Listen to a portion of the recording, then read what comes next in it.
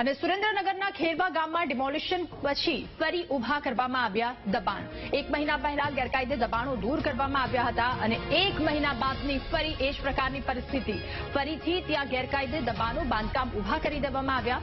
ગામના સરપંચ જ દબાણ કરી રહ્યા હોવાનો આમાં આરોપ પણ લાગ્યો છે। તો ઉપસરપંચના 3 ગેરકાયદે દબાણો તોડી પાડવામાં આવ્યા હતા। ગેરકાયદે બાંધકામ અંગે સરપંચે કલેક્ટર ડીડીઓને રજૂઆત પણ કરી હતી।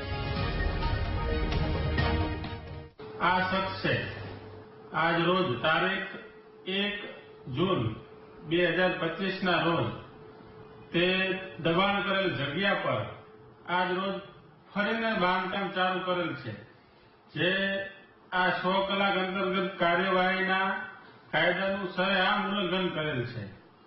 તો તે બાબતે અમે માનનીય એસપી સાહેબ શ્રી સુરેન્દ્રનગર, કલેક્ટર શ્રી સુરેન્દ્રનગર, ડીડીઓ સાહેબ શ્રી સુરેન્દ્રનગર રજૂઆત કરેલ છે।